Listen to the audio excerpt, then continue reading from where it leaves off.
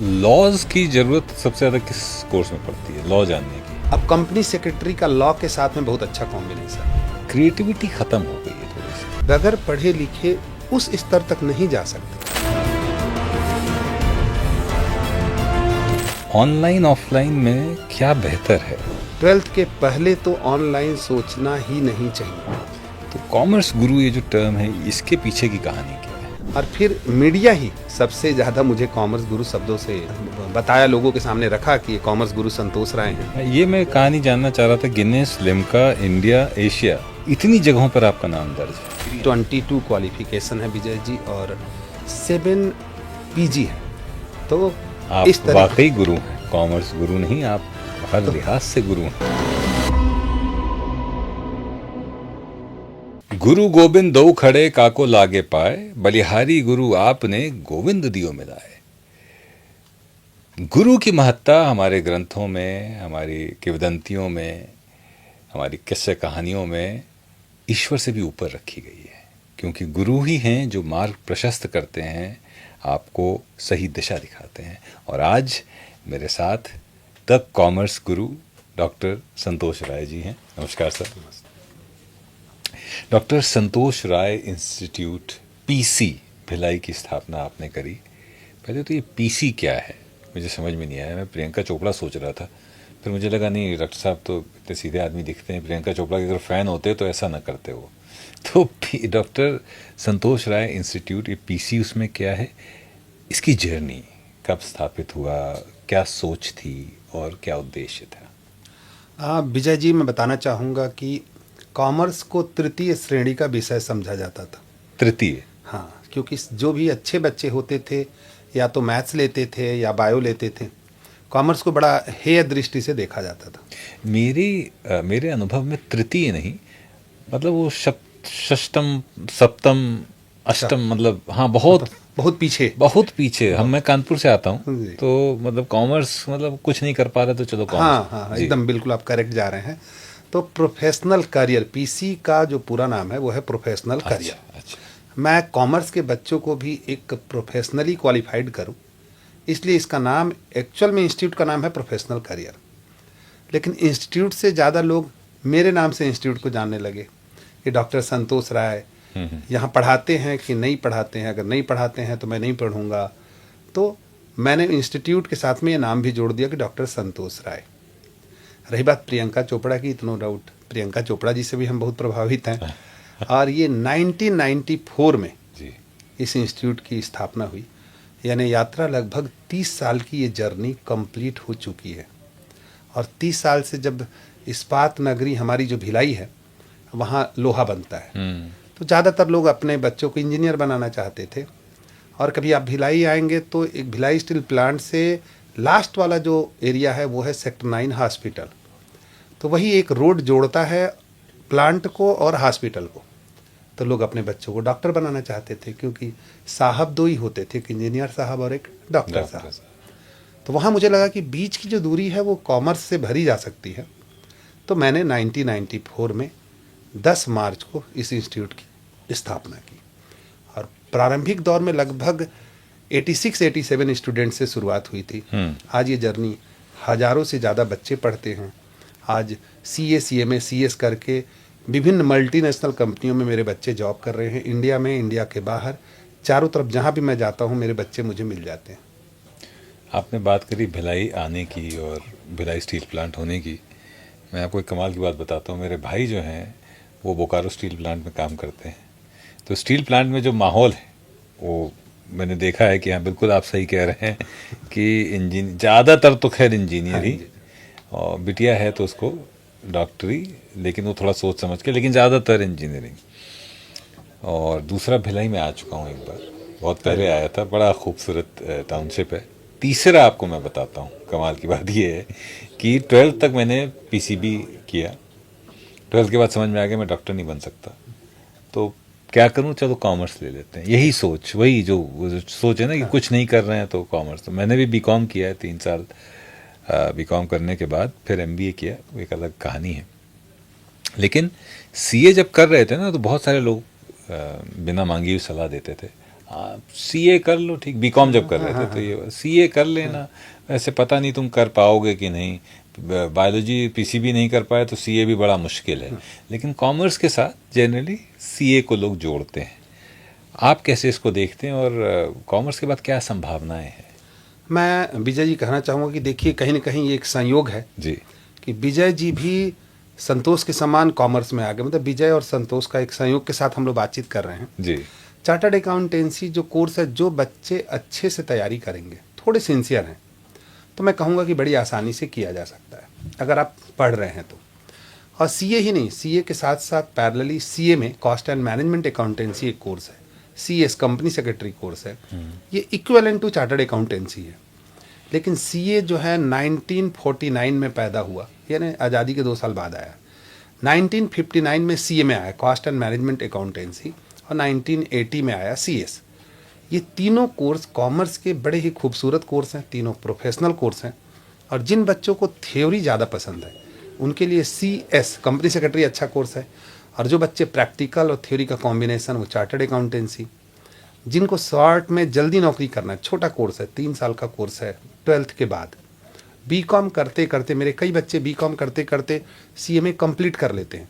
और आज इंडिया में नहीं, इंडिया के बाहर मैक्सिमम बच्चे कतर, दुबई, दोहा, गल्फ कंट्रियां बड़ा पसंद करती हैं। मैक्सिमम बच्चे बाहर हैं इस समय। बॉम्बे, दिल्ली और कोलकाता तो मेरे बच्चों की एक भीड़ है।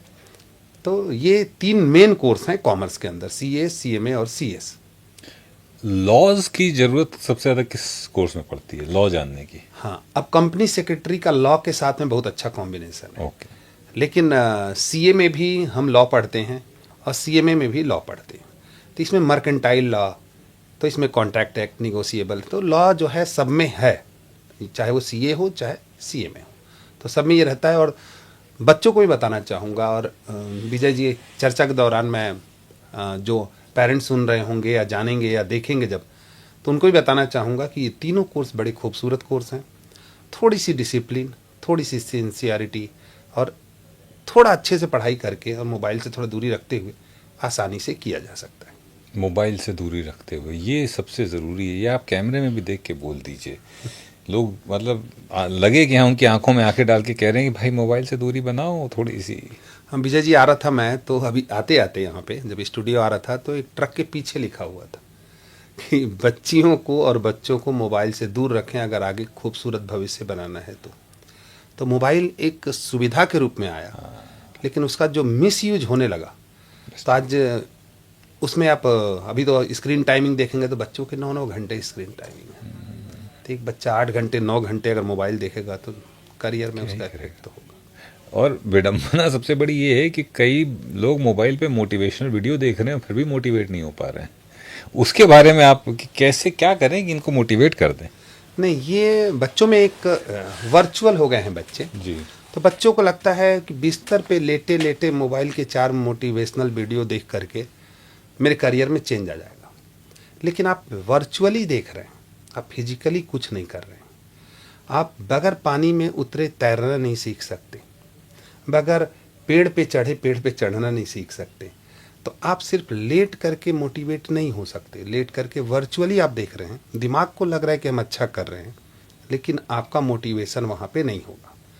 क्योंकि मोबाइल देख रहे हैं या वर्चुअल मोटिवेशन की जो बातें आती है उसमें ज़्यादातर बातें होती हैं कि हम तो ये कर डालेंगे, हमें ये करना चाहिए, हमें ये नहीं करना चाहिए, ऐसे बहुत सारे डायलॉग आते हैं। कैसे करना चाहिए, क्या करना चाहिए, उसमें लाइन नहीं है। हमें दुनिया से अलग करना है, क्या करना है, ये नहीं है। तो ये जो बच्चे घूम जा रहे हैं कि दुनिया से अलग करना है, ये तो उनके दिमाग में आ गया, लेकिन क्या करना है वो दिमाग से दूर है। वो समझिए वो सोच डेवलप ही नहीं हो पाई है कि हम एक्सप्लोर करेंगे, क्योंकि एक्सप्लोर करने के लिए भी तो दिमाग चाहिए। हाँ। खुला होना चाहिए। हाँ। दिमाग तो बंद हो गया है। दिमाग तो रेडीमेड सोल्यूशन ढूंढ रहा है। हाँ। और एक्सप्लोर करने में तो मेहनत भी लगती है और थोड़ा एप्लीकेशन दिमाग को अप्लाई भी करना पड़ता है। वो मोबाइल ने छीन लिया है। क्रिएटिविटी ख़त्म हो गई है थोड़ी सी। हाँ, इसको अगर कॉम्बिनेशन से जोड़ेंगे विजय जी तो मैं कहना चाहूँगा कि लोग मोबाइल देख करके कि बगैर पढ़ा लिखा व्यक्ति भी सब कुछ कर सकता है, निश्चित तौर से, लेकिन स्टडी की ज़रूरत तो होगी ना।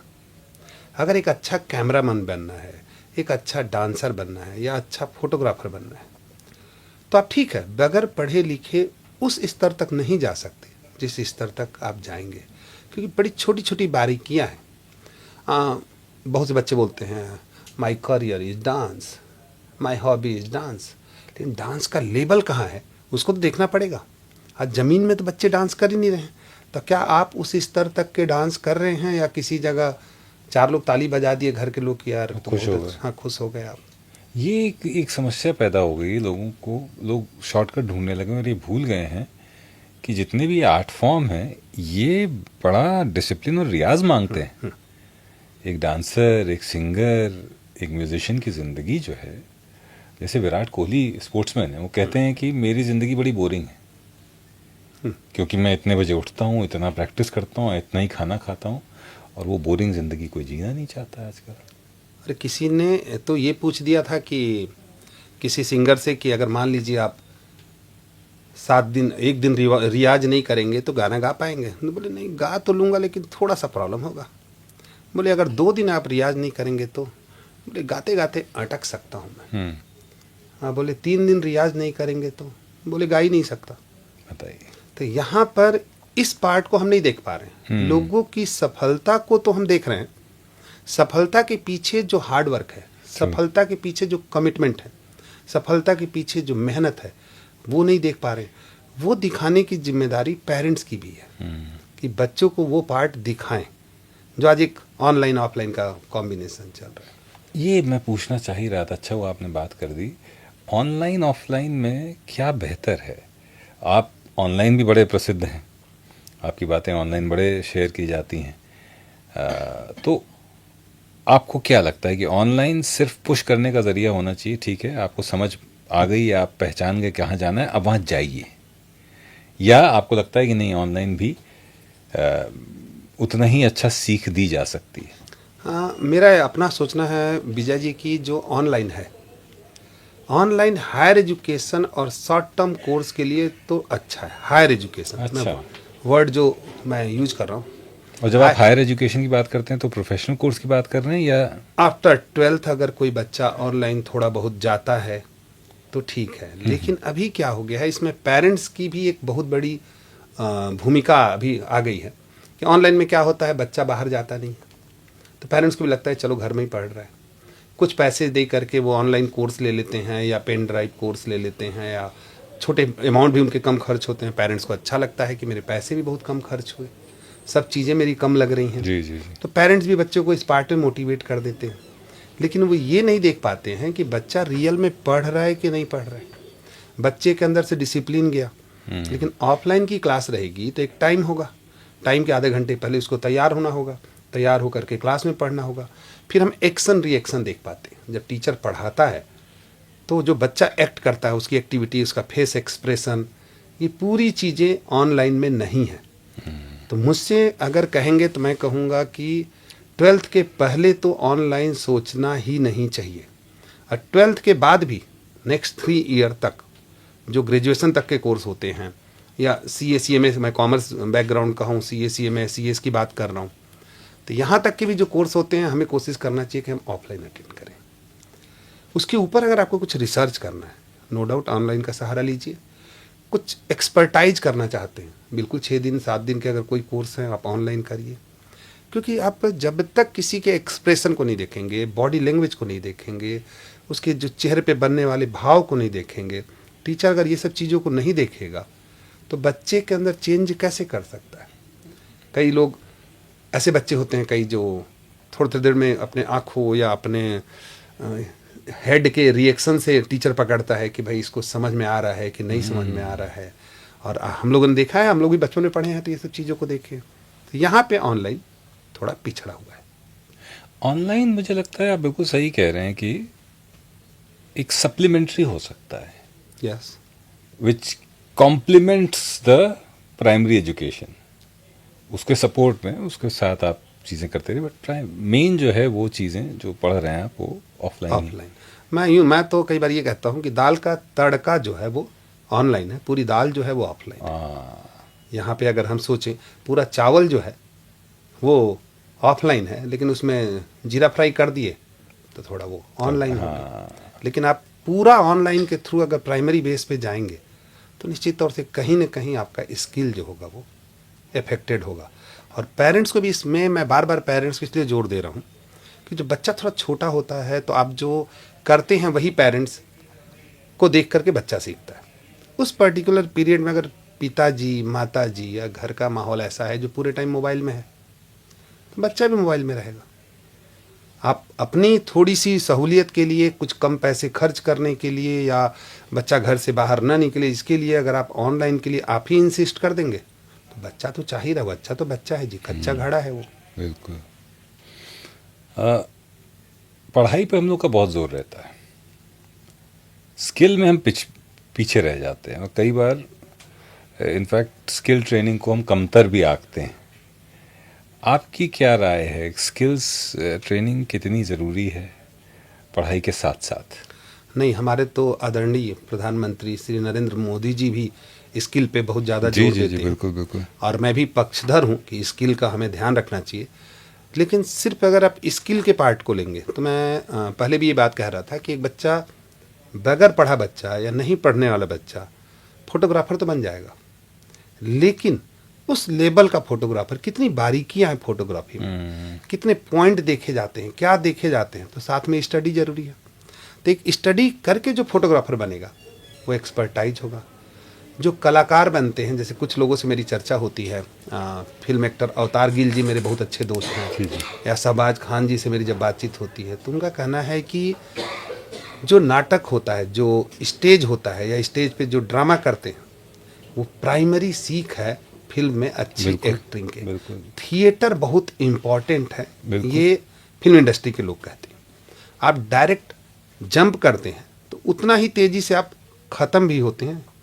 तो ऐसे ही अगर कोई बच्चा शॉर्ट में, मान लीजिए, हो सकता है 2 अच्छे फोटोग्राफ्स खींच ले, या हो सकता है किसी छोटी मोटी डांस कंपटीशन में पार्टिसिपेट करके वो हो सकता है प्राइज जीत ले, सिंगिंग में हो सकता है प्राइज जीत ले, या पढ़ाई में भी हो सकता है कि 1-2 चीज़ों में सक्सेस हो जाए।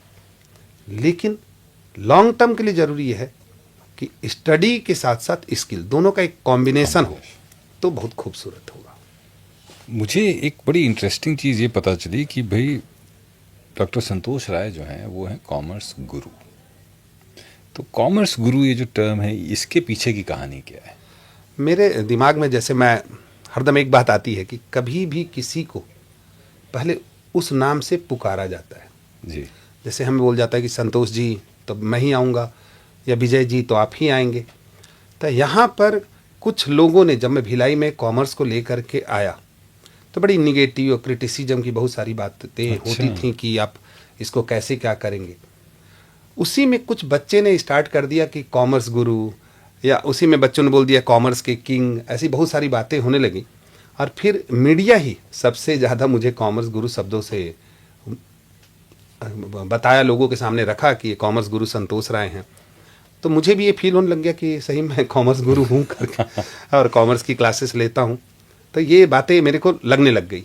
और सर मैं बताऊँ कि मेरा एक शौक़ था कि मेरा नाम गिनीज बुक में हो, तो मेरा नाम गिनीज बुक में आया। ये मैं कहानी जानना चाह रहा था। Guinness, Limca, India, Asia, Guinness book of record, Limca book of record, India book of record और एशिया बुक ऑफ रिकॉर्ड, हाँ।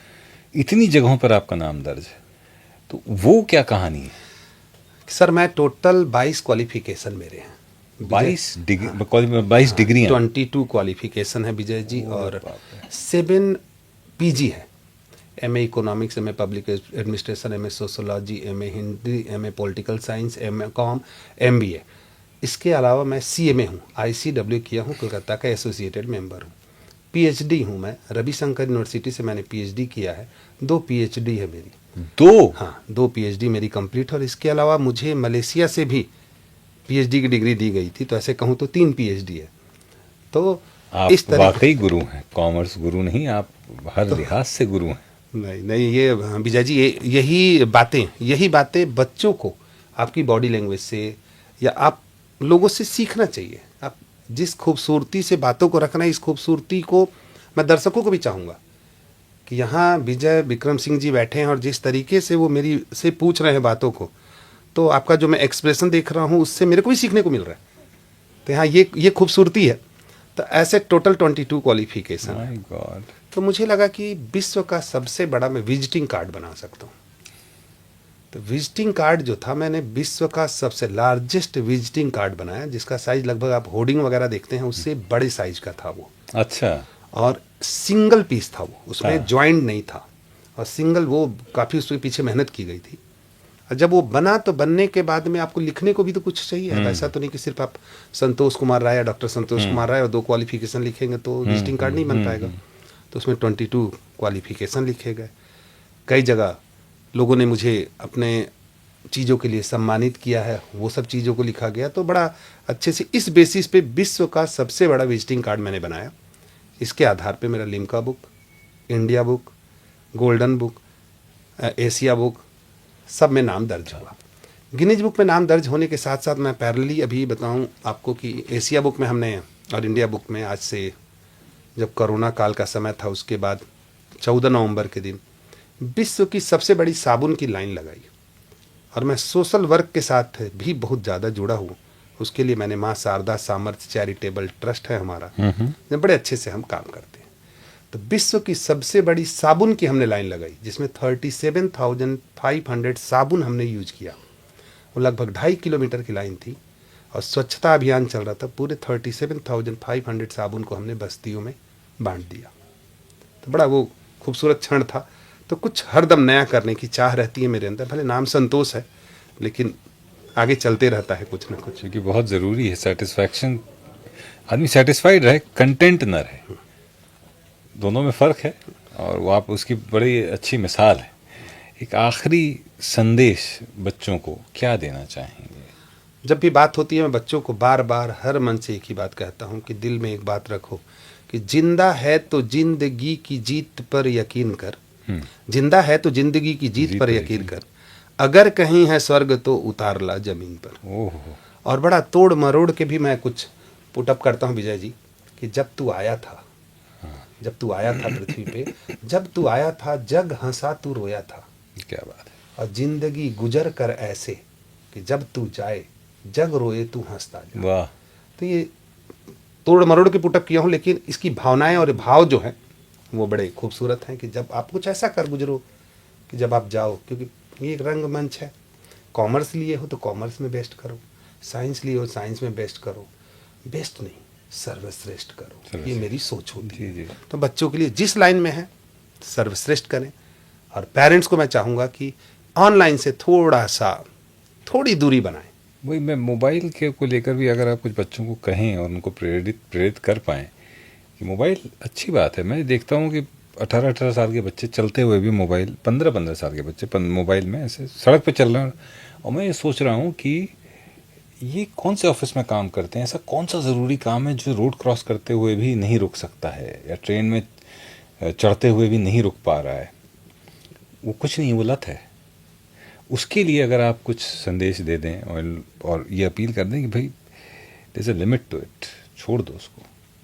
मैं यही कहूँगा आपके माध्यम से भी और न्यूज़ 18 चैनल के माध्यम से भी और इस इंटरव्यू के माध्यम से भी कि जो बच्चे मोबाइल बहुत यूज करते हैं, मैं यूज करने का विरोधी नहीं हूँ, अत्यधिक यूज करने का विरोधी हूँ।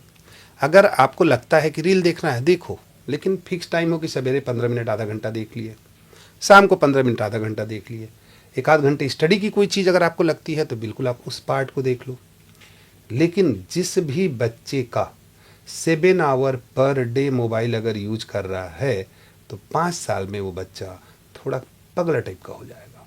या 5 our per day mobile use कर रहा है तो 7 साल में वो बच्चा थोड़ा सा अलग ट्रेंड में चल देगा, अगर फालतू की चीज़ देख रहा है तो आप देखो, आप पृथ्वी की सबसे खूबसूरत उत्पत्ति हो, खूबसूरत परिवार के हो, तो मैं सभी बच्चों से यही अपील करूंगा कि मोबाइल यूज करें, लिमिटेड टाइम यूज करें, कम समय में यूज करें। आप आए, आपने अपना समय दिया, इसके लिए बहुत बहुत धन्यवाद। और आपकी जो आखिरी बात है उसको मैं समअप कर देता हूँ और उसी से अपना क्लोज करूँगा कि धूप में निकलो, घटाओं में नहा कर देखो, ज़िंदगी क्या है मोबाइल हटा कर देखो। क्या बात है। थैंक यू डॉक्टर साहब, थैंक यू सो मच।